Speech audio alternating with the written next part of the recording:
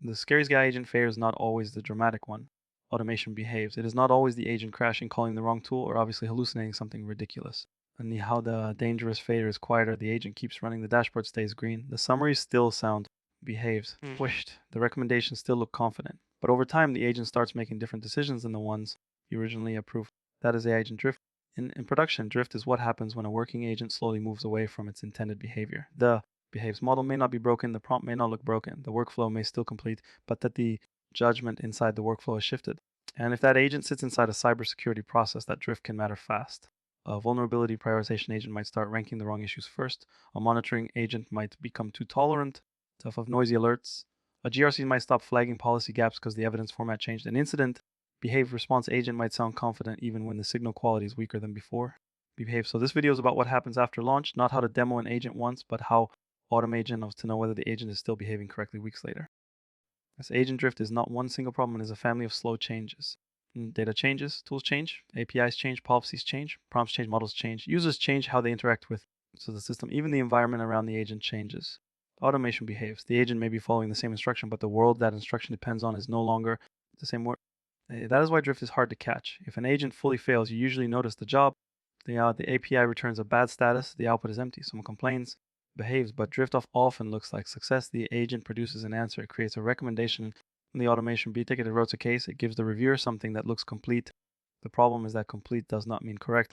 A production agent has to be measured against expected behavior, not just completion. Did it use the right automation behaviors? Did it respect the policy boundary? Did it mark uncertainty correctly? Did it route the right cases? Did humans keep agreeing with its recommendations? Behaves. If you're not tracking those questions, you are trusting the agent because it is still moving, not because it is still right.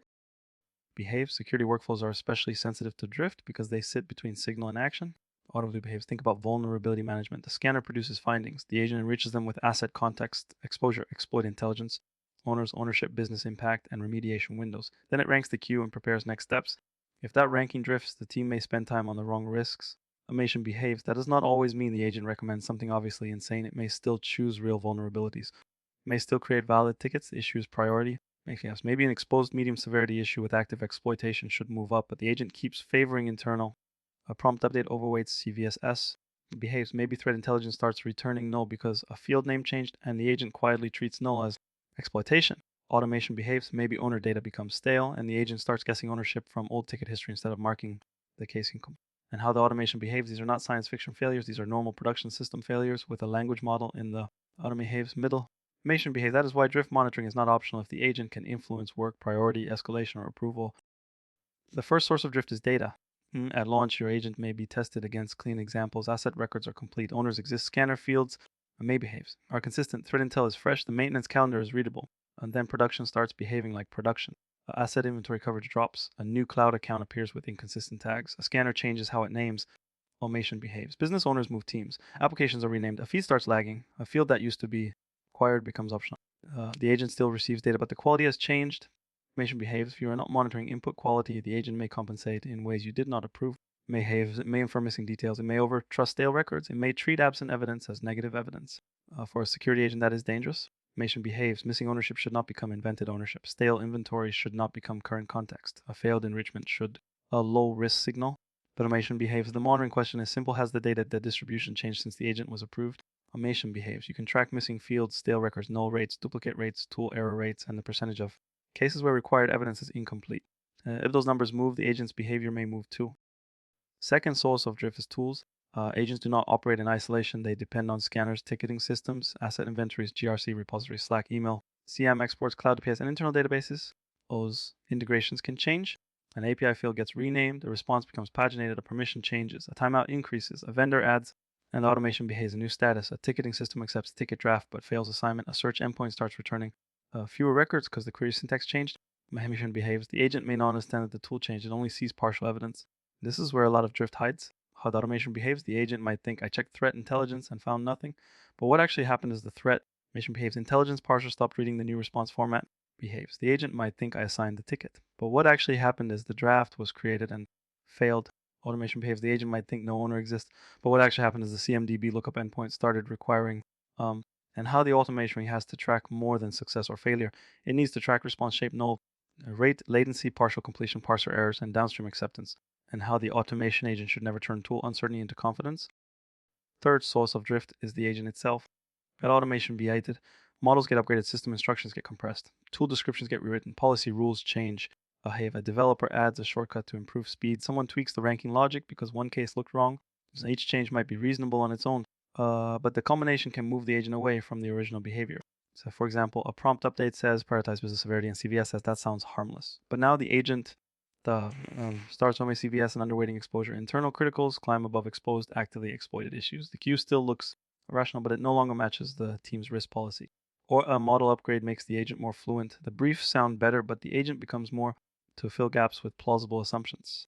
Behaves, or a policy update says production changes need approval, but the tool description still implies the agent can behaves, prepare remedial tasks automatically.